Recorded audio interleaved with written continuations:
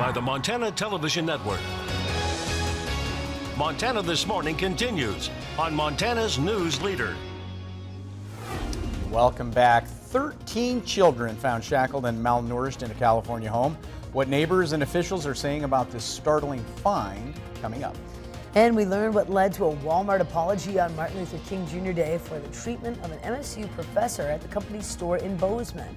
Good morning, Southwest Montana. Chet Lehman, Missy O'Malley with you here. Our top story this half hour: 2 parents under arrest in Southern California after an absolutely horrific discovery. This is disturbing. Deputies say that their 13 children, some were chained to beds, others were malnourished, tortured, and confined to their home. Tina Patel has the latest from Paris, California. Social media posts show one big happy family, 13 kids with their parents on vacation, often dressed in matching outfits. But investigators say no one could have pictured what was happening inside their Paris home. Early Sunday, a 17-year-old girl escaped from the home and called 911, saying her 12 brothers and sisters were being held captive, some bound to their beds with chains and padlocks. It's just crazy to think that people are being treated like that so close to you. Neighbors are now trying to figure out how they missed the signs. They say the family had lived here for about 3 years but didn't come out much. This fall, the parents and a few of the kids were seen doing yard work. Nonchalant, looked like they were having fun, like a regular family, just helping people, like kind of a little assembly line together, just grabbing things, and it seemed like they were having fun. Neighbors say the kids were pale and shy, but didn't seem to be in poor health. But investigators say all of the children were dirty and malnourished. At first, they didn't even realize the 7 oldest were adults between the ages of 18 and 29. Jamila Adams, a neighbor who has experience with the foster care system, says she's never heard of a case like this before. Just to see it's right here, it was like, it's heartbreaking, especially as a foster parent, because that's what we do. We take care of, the kids who can't take care of themselves, and then to see somebody has their own kids like that, it's hard. According to the California Department of Education, the home was registered as a private school called Sandcastle Day School. 57-year-old David Turpin listed as the principal. Now he and his wife, 49-year-old Louise, are facing charges of torture and child endangerment. Their bail set at $9 million each. The Riverside County Sheriff's Department will be holding a press conference Tuesday morning. We're hoping we'll learn then exactly what was going on inside this home and how the children are doing now. I'm Tina Patel for CBS News, Paris, California. Now, those 13 children were transported to area hospitals for medical examinations. They were all admitted for treatment. Authorities are urging anyone with information to contact the Riverside County Sheriff's Department at this time. Unbelievable. Unbelievably disturbing story. Meantime, Matt, now 6:32. Really kind of chilly out there this morning. Plan to do a little scraping if you don't have a garage. Yeah, or start the car early before you head out. It's a cold one for sure. Temperatures sitting into the single digits for most of the area. It looks like we're going to be dealing with temperatures close to 0. Right now, Belgrade's sitting at 2. We're getting consistent updates with those temperatures dropping down. We do have a little bit of patchy fog in a few areas. It looks like our temperatures should be back up near the 30-degree mark this afternoon, but we do have that fog in the morning to deal with for parts of the region. We'll talk about the potential of rain and snow in the forecast that's coming up in just a few minutes. Thank you, Matt. It's now 6:33 on this Tuesday. Walmart has released an apology to a Montana State University professor, Dr. Gilbert Kalande, after he experienced racism at the chain's Bozeman location.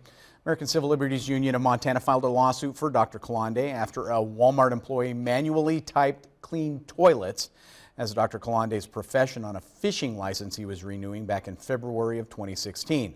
Walmart's apology called the incident unacceptable and promised to undertake measures to help safeguard against this type of incident in the future.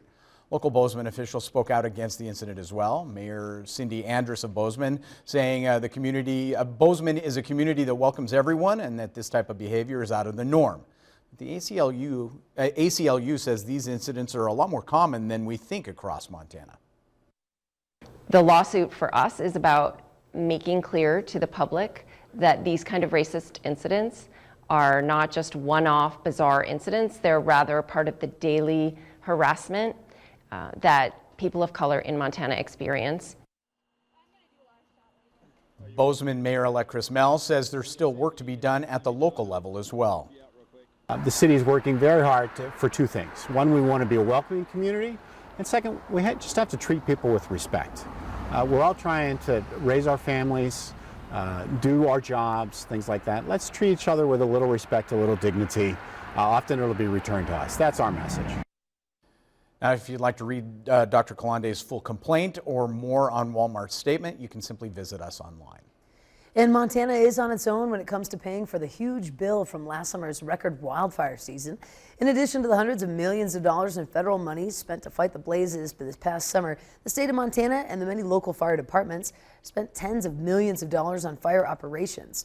Montana blew through 2 years of fire funding during the most expensive season on record, sending the state into a budget emergency. But now Montana Public Radio reports that federal government has turned down the state's request for $44 million for emergency relief to help pay for firefighting operations.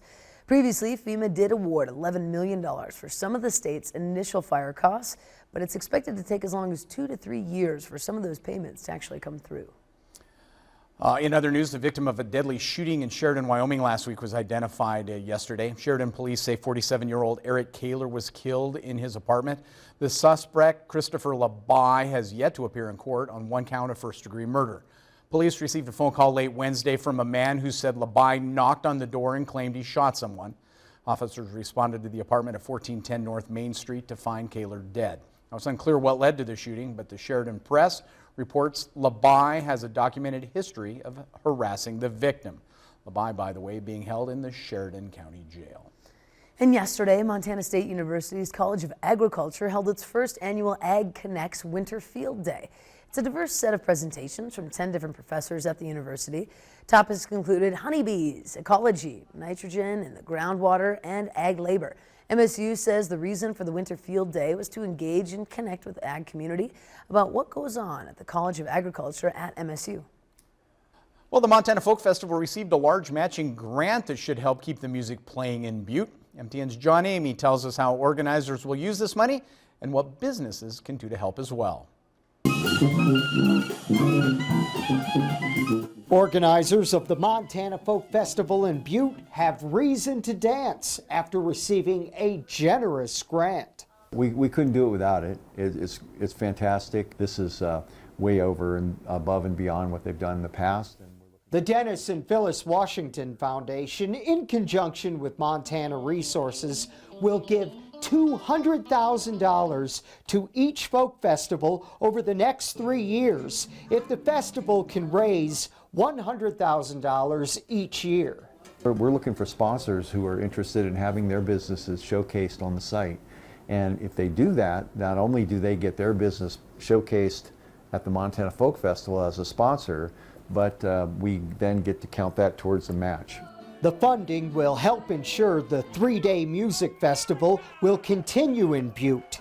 It takes about $650,000 to put on the free festival, which has been held in the mining city since 2008. And we want to keep it the same quality and the same level of performers and the 6 stages and all the things that people have become accustomed to, but we try to keep it new and different each year. An important thing for a festival that organizers say attracts tens of thousands of people and is vital to the local economy. In Butte, John Amy, MTN News.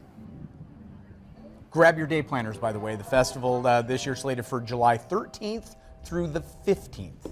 Let's go. Free. Free. 13th through the 15th.